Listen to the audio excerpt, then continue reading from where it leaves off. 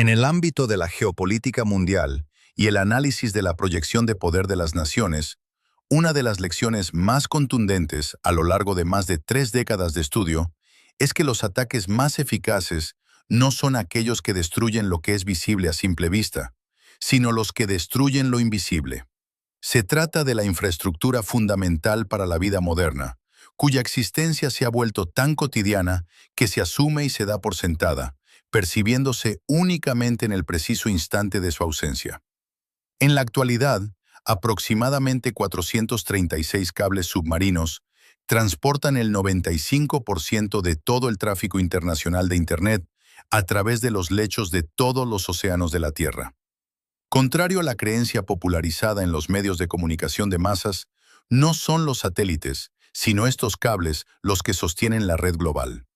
El entramado de cableado submarino no constituye un sistema de respaldo para las comunicaciones por satélite, sino que opera como el sistema primario de comunicación global, dejando a los satélites la transferencia de apenas un 5% del tráfico internacional restante. Cada búsqueda en Google, cada transacción financiera de carácter internacional, cada comunicación de índole militar entre naciones aliadas, así como cada correo electrónico, videollamada, operación de computación en la nube, consulta de inteligencia artificial, instrucción bancaria y operación en los mercados de valores, depende de esta red. El no desencanto por ciento de toda esta actividad digital viaja a través de cables que descansan en el fondo del océano, desprotegidos y sin monitoreo en la mayor parte de su extensión geográfica, lo que los vuelve físicamente vulnerables a sabotajes y cortes mediante métodos que ninguna arquitectura de defensa actual ha logrado prevenir o dotar de recursos suficientes. Esta vulnerabilidad estructural quedó en evidencia la noche de ayer, exactamente a las 11:47, cuando activos navales rusos que operaban en parejas coordinadas ejecutaron una acción de sabotaje de gran alcance. La operación militar se desarrolló de manera simultánea en 7 ubicaciones geográficas clave distribuidas en el Atlántico Norte, el Mar Mediterráneo, el Mar Báltico y los accesos al Océano Pacífico, constituyendo el ataque a infraestructuras más precisamente coordinado en la historia de la guerra moderna. Un total de 42 cables submarinos fueron cortados en un lapso de tan solo 11 minutos, afectando a 4 cuencas oceánicas de forma simultánea. El impacto inmediato de esta acción militar ha provocado que las líneas que quedaron fuera de servicio dejaran sin conectividad los canales que transportan el 95% del tráfico transatlántico de Internet, el 87% del tráfico entre Europa y Asia, y la infraestructura específica de comunicaciones militares que enlaza los mandos navales estadounidenses en territorio europeo con sus respectivas áreas operacionales. Las consecuencias de este acontecimiento se han hecho notar desde la mañana de hoy, mostrando que el Internet global no se encuentra simplemente lento o congestionado, sino que está funcionalmente muerto para los propósitos de las comunicaciones internacionales, de las cuales depende de forma directa la economía global. Asimismo, las estimaciones técnicas indican que el cronograma necesario para reparar los daños, localizar las 42 roturas en los lechos oceánicos y restablecer las comunicaciones normales no se medirá en cuestión de horas o días, sino en meses de trabajo continuo. Este escenario plantea de forma inmediata 4 interrogantes críticas sobre los aspectos técnicos y estratégicos de la operación. ¿Cómo se logró coordinar este ataque masivo en 11 minutos? ¿Qué implicaciones reales tiene la pérdida del 95% de la conectividad internacional? ¿Cuáles son los desafíos logísticos que impiden una reparación rápida? ¿Y cuál es el objetivo estratégico final que persigue la Federación Rusa con esta acción? Para comprender la magnitud de la operación militar, es necesario apartarse de las versiones de la cobertura informativa mayoritaria que califican el corte de cables como un acto simple de sabotaje que Rusia podría haber ejecutado de manera improvisada en cualquier momento. Esta caracterización ignora la complejidad operativa requerida para inhabilitar 42 infraestructuras en un margen de tiempo tan reducido a lo largo de 4 cuencas oceánicas. La ejecución de este ataque es el resultado directo de años de preparación previa, dividida en fases de inteligencia y planificación de gran profundidad. La primera fase consistió en el mapeo detallado de los cables. Aunque las rutas comerciales son públicas para evitar que los barcos civiles dañen el tendido con sus anclas, la inteligencia naval rusa dedicó 20 años a realizar estudios batimétricos sistemáticos para registrar perfiles de profundidad exactos, las coordenadas precisas en cada punto del fondo marino, el tipo de sedimento que los cubre y las corrientes locales que afectan tanto el proceso de corte como las futuras labores de reparación. La segunda fase de la operación implicó el posicionamiento de los activos navales necesarios para actuar de forma simultánea. Para cumplir con el objetivo de los 11 minutos en 7 puntos geográficos diferentes, Rusia preposicionó con semanas de antelación buques de investigación oceanográfica de la clase Yantar y submarinos de inmersión profunda para fines especiales de la clase Los Sharik. Estas unidades, que durante años han seguido de cerca las rutas de los cables bajo la cobertura oficial de misiones científicas, se ubicaron en sus puestos designados de forma gradual, evitando movimientos drásticos que la inteligencia naval estadounidense pudiera calificar como una amenaza inmediata. Los analistas navales occidentales ya habían advertido durante una década que los buques de la clase Yantar no realizan labores puramente científicas, sino que funcionan como plataformas de interferencia de infraestructura submarina equipadas con sumergibles de aguas profundas, herramientas de manipulación de cableado y sonares de exploración de fondo. Finalmente, la tercera fase se centró en la ejecución coordinada. Tras recibir una señal horaria unificada, los 7 sumergibles de inmersión profunda se desplegaron desde sus buques nodriza y descendieron hasta las posiciones exactas de los cables. Cada unidad transportaba herramientas específicas adaptadas al tipo de cable, la profundidad y las condiciones de enterramiento en su zona, utilizando cizallas hidráulicas, cortadores de hilo de diamante o cargas de corte explosivas. La disciplina y sincronización de los 11 minutos impidió que el primer corte diera la alarma a las demás ubicaciones, asegurando el éxito total de la operación antes de que se pudiera activar cualquier mecanismo de defensa en los cuadrantes afectados. Si deseas acceder a análisis profundos que explican cómo este tipo de acontecimientos afectan de manera directa la vida cotidiana, la economía y la seguridad global, te invitamos a suscribirte a este canal de noticias, activar las notificaciones y compartir este reporte con aquellas personas cuyas actividades dependan de la conectividad internacional. Las consecuencias derivadas de la pérdida del 95% del ancho de banda internacional a causa de los 42 cortes en la infraestructura de cables submarinos repercuten de forma directa en los sistemas críticos globales, paralizando los pilares esenciales de la economía internacional, la seguridad y la asistencia sanitaria. El análisis detallado por sectores expone una afectación profunda y sistémica que anula las dinámicas operativas de la sociedad moderna. En el sector financiero y bancario, el funcionamiento en tiempo real de los mercados globales se ha visto interrumpido debido a la desconexión de los canales de procesamiento de transacciones, los sistemas de liquidación y la distribución de datos de mercado. El sistema de pago internacional SWIFT, plataforma mediante la cual se gestionan diariamente billones de dólares en transferencias financieras internacionales, se encuentra operando a tan solo el 3% de su volumen habitual tras la pérdida de la conectividad por cable submarino. El restante 97% del procesamiento de pagos internacionales, que permanece inactivo, representa una parálisis financiera cuyo coste diario para la economía global supera la producción económica combinada de todas las naciones del planeta en una sola jornada, acumulando pérdidas masivas por cada día de inactividad.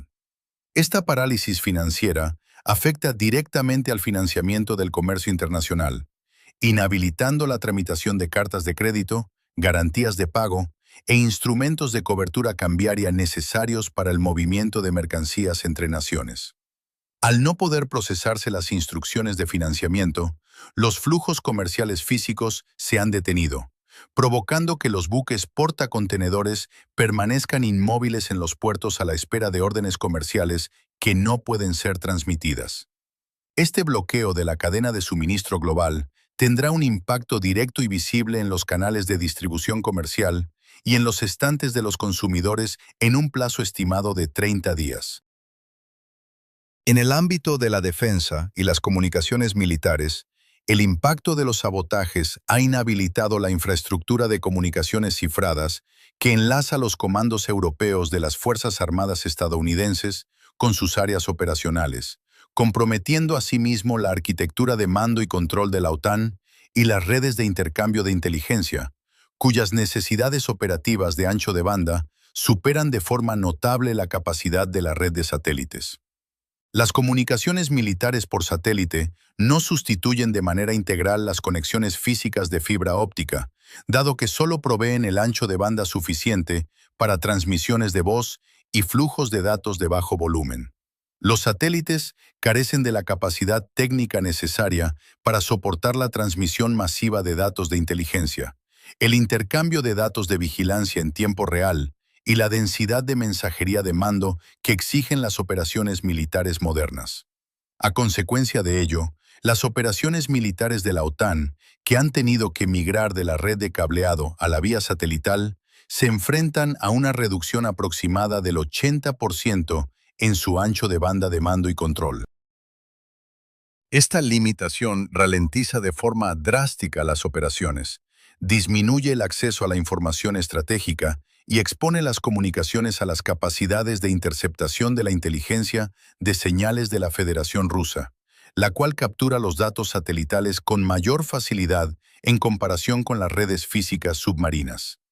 Paralelamente, la infraestructura global de computación en la nube y los desarrollos de inteligencia artificial han quedado comprometidos debido a que las redes de centros de datos que ejecutan los procesos de corporaciones, gobiernos y ciudadanos operan mediante conexiones submarinas que cruzan las cuencas oceánicas.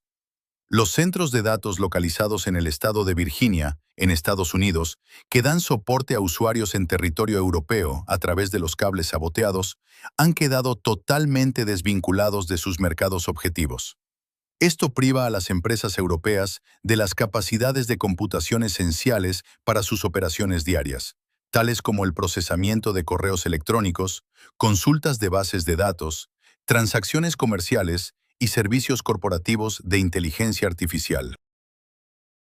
Los informes técnicos evalúan el impacto económico de esta indisponibilidad de la nube para las empresas de Europa en aproximadamente $40.000 millones diarios por cada jornada que las conexiones permanezcan interrumpidas. En el sector de la salud pública y la infraestructura asistencial, el impacto del ataque afecta directamente a los sistemas de telemedicina, los equipos de diagnóstico remoto, las redes de gestión de la cadena de suministro farmacéutico y las plataformas de intercambio de datos de investigación médica. En ciudades como Londres, los centros hospitalarios cuyos sistemas de registro de pacientes y expedientes clínicos dependen de la infraestructura en la nube ubicada en centros de datos estadounidenses, han perdido el acceso a los soportes digitales de decisión clínica. Esta dimensión del sabotaje constituye una de las consecuencias más graves de la desconexión informática, manifestándose de manera silenciosa mediante decisiones médicas y clínicas que se toman sin el respaldo de los datos e historiales que proporcionaba la conectividad internacional. Ante la gravedad de esta situación, los procedimientos técnicos y logísticos necesarios para iniciar el proceso de reparación evidencian que el restablecimiento de las conexiones se regirá por limitaciones físicas insalvables y no por la cantidad de recursos financieros o humanos movilizados. El proceso de reparación consta de 4 fases secuenciales obligatorias. La primera fase requiere la localización exacta de las averías, ya que la pérdida de señal monitorizada solo confirma la existencia de los cortes, pero no sus coordenadas exactas. El método estándar de medición emplea la reflectometría en el dominio del tiempo, enviando una señal a través del cable para medir el intervalo que tarda en regresar el eco desde la rotura. Este sistema ofrece un margen de precisión de aproximadamente 1 kilómetro de longitud del cable sobre el fondo marino. No obstante, fijar la posición exacta de este kilómetro de cableado a profundidades extremas depende del diseño original de la ruta, la precisión del levantamiento cartográfico inicial y la influencia de las corrientes marinas locales que puedan haber desplazado el material.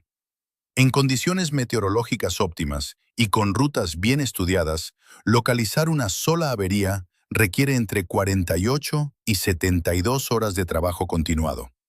Con 42 cortes distribuidos en profundidades de hasta 5.000 metros y bajo las condiciones climáticas del invierno del Atlántico Norte, la fase de localización requerirá meses de operaciones continuas de prospección y sondeo. La segunda fase del proceso de restauración de la infraestructura submarina se encuentra supeditada a la disponibilidad física de la flota global de buques cableros. En la actualidad, existen aproximadamente 70 barcos especializados en la reparación de cableado en todo el mundo. Debido a la simultaneidad de los 42 cortes en 4 cuencas oceánicas, se requieren 42 operaciones independientes de reparación, cada una de ellas con su correspondiente buque, tripulación técnica y equipamiento específico adaptado al tipo de cable dañado. La flota mundial no dispone de 42 embarcaciones preparadas para un despliegue simultáneo en posiciones óptimas, contando únicamente con una capacidad de movilización inmediata de entre 15 y 20 buques dentro de un plazo de varias semanas. Las operaciones restantes deberán ser puestas en cola de espera a que los primeros navíos completen sus tareas asignadas y se reposicionen. Siguiendo este ritmo técnico y con el volumen de naves disponibles, el cronograma secuencial para reparar las 42 averías se estima en un periodo de entre 8 y 12 meses bajo el escenario más optimista. La tercera fase contempla la reparación en aguas profundas. Aproximadamente el 60% de los 42 cortes se localizan a profundidades inferiores a los 3.000 metros, según las áreas geográficas de los ataques. Trabajar a estos niveles exige el empleo de vehículos operados de forma remota, conocidos como ROV, capaces de resistir la presión hidrostática y dotados con herramientas de manipulación para izar el cable dañado hasta la superficie donde se realiza el empalme técnico de la fibra óptica. Estas maniobras de los vehículos submarinos se sitúan entre las operaciones de ingeniería remota más complejas del sector marítimo internacional, requiriendo entre 5 y 7 días de trabajo ininterrumpido por cada corte para completar la secuencia de elevación, empalme y posterior tendido en el lecho marino. La cuarta fase del proceso introduce un factor de riesgo estratégico no evaluado por la cobertura de los medios de comunicación tradicionales: la interferencia naval de la Federación Rusa. Los buques cableros civiles, que deben trabajar en los accesos del Atlántico Norte y el Mar Báltico, operan en áreas donde las unidades navales rusas que ejecutaron el sabotaje original permanecen desplegadas de forma activa. La capacidad de estos activos militares para entorpecer las labores de reconstrucción mediante el acoso, la ejecución de nuevos cortes en los tramos ya reparados o la presión operativa constante sobre las tripulaciones civiles representa un obstáculo insalvable por medios puramente técnicos. Esta realidad logística implica que Rusia tiene la capacidad de prolongar el apagón de comunicaciones de manera indefinida, volviendo a cortar las líneas reparadas, lo que sitúa el fin de la crisis no en factores de ingeniería, sino en la resolución estratégica del conflicto político de fondo. Los objetivos estratégicos de la Federación Rusa, mediante este sabotaje a gran escala, se dividen en 4 frentes definidos. En primer lugar, la desestabilización del sistema financiero internacional, el cual, al operar a un 3% de su capacidad transaccional ordinaria, pierde la eficiencia necesaria para procesar, aplicar y hacer cumplir las sanciones económicas, los bloqueos de activos y las medidas de aislamiento financiero que los gobiernos de Estados Unidos y Europa emplean como su principal herramienta de coerción no militar. El andamiaje de sanciones requiere la operatividad de los sistemas de pago y rastreo que transitan por las redes de fibra óptica. Al quedar destruida la vía física, la efectividad de las represalias financieras aplicadas contra Moscú durante los últimos 3 años queda severamente degradada. En segundo lugar, se busca la degradación de las comunicaciones militares aliadas, forzando la migración del mando y control de la OTAN hacia entornos satelitales de bajo ancho de banda que reducen la velocidad de las operaciones y la transmisión de datos de inteligencia, aproximando el escenario bélico al tipo de doctrina de combate de baja conectividad en el que las Fuerzas Armadas rusas están entrenadas para competir. En tercer lugar, la acción ejerce una presión económica masiva sobre las democracias occidentales a través de los costes de la caída de la nube informática, estimados en 40.000 millones de dólares diarios para Europa, y el desabastecimiento comercial derivado de la parálisis portuaria. Esta afectación material sostenida en el tiempo genera tensiones políticas internas en los gobiernos occidentales, cuyas poblaciones civiles empiezan a experimentar los costes directos del conflicto internacional en su acceso a Internet, servicios bancarios y bienes de consumo esenciales. En cuarto lugar, Rusia obtiene una ventaja sustancial en materia de inteligencia de señales, dado que las transmisiones que han sido forzadas a pasar del cable físico al satélite quedan expuestas en todo el radio de cobertura del satélite, facilitando la interceptación y captura de datos por parte de las estaciones de escucha de la inteligencia rusa. A nivel geopolítico mundial, el ataque está siendo analizado detalladamente en Beijing bajo dos enfoques estratégicos vinculados a sus propios intereses de política exterior. El primer enfoque corresponde a la situación de Taiwán, cuya conectividad internacional depende de cables submarinos que atraviesan áreas marítimas contiguas a las zonas de operaciones navales de la República Popular China. La acción ejecutada por Rusia proporciona una plantilla operativa validada para aislar informáticamente a la isla sin necesidad de declarar un bloqueo militar formal, catalogando el suceso como un fallo técnico de mantenimiento de infraestructuras.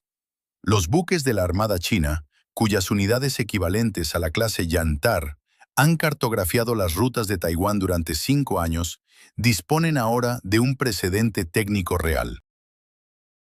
El segundo enfoque evalúa el impacto sobre las reservas financieras internacionales de China, valoradas en aproximadamente 3 billones de dólares. Aunque la parálisis del sistema SWIFT afecta los movimientos financieros chinos, su infraestructura interna de pagos y su economía de mercado doméstica presentan una dependencia significativamente menor de las conexiones submarinas transoceánicas en comparación con los sistemas occidentales, convirtiendo la desconexión en un factor de asimetría económica perjudicial para Occidente. La maniobra militar de la Federación Rusa establece una conexión directa entre la duración de la crisis de conectividad y la experiencia diaria de cientos de millones de ciudadanos de las naciones democráticas occidentales.